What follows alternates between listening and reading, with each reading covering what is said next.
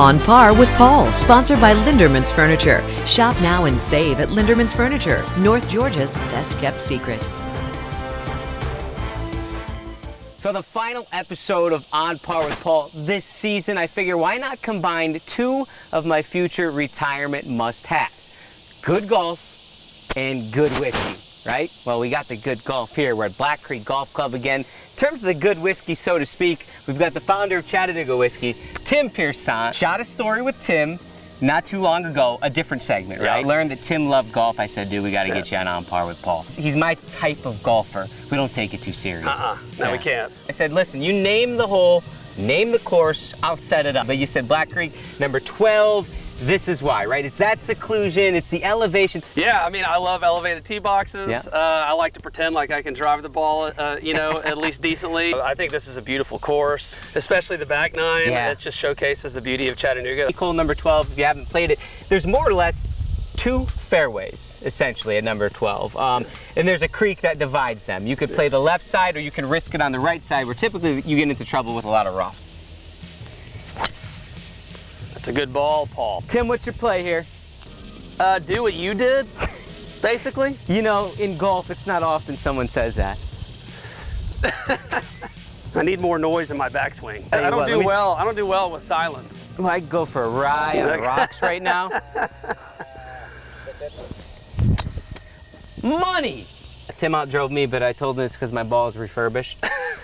It's a good excuse. Yeah, about 110 left to the pin. Still have that little gully to deal with there. And short. Is that right at it? That might be in the hole, I'm not gonna lie. Are you, like, I'm silent? Great shot, man. You like that? Shout out 423 Golf Customs. He made this custom ball marker for us. Local business firefighter doing it out of his garage. You can find him all over Instagram. Speaking of local business, let's get back into Chattanooga Whiskey. When you started it, you weren't even allowed to do what you're doing. You had to literally change the law in the state of Tennessee. You're now in how many states? 16. Hopefully, if we open North Carolina in the near future, it'll be 17. How does Chattanooga Whiskey continue to grow? What's the next step, man? Well, we want to grow deeper into our existing markets. We're confident that we're the best craft whiskey in America. There's a lot of people that don't know about us. And so really just doing more of the same and building our brand like we have been and getting people to understand what it is that we do. Where did it start, man? Like, where was that first idea, that seed planted?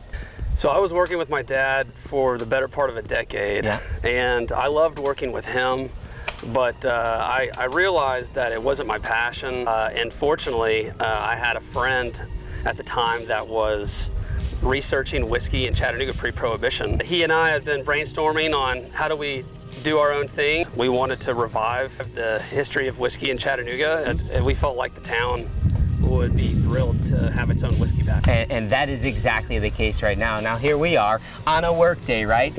Talking about it on one of the more serene back nines. Well, this is me working, right? Are you working?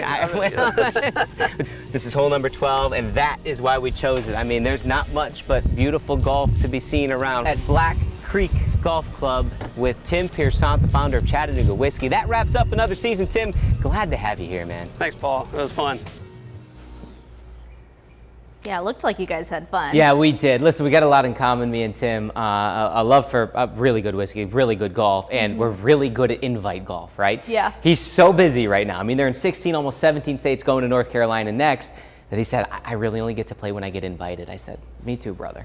I know what you mean, but what a cool story. I mean, local kid, right? Yeah. Changing the laws in Tennessee.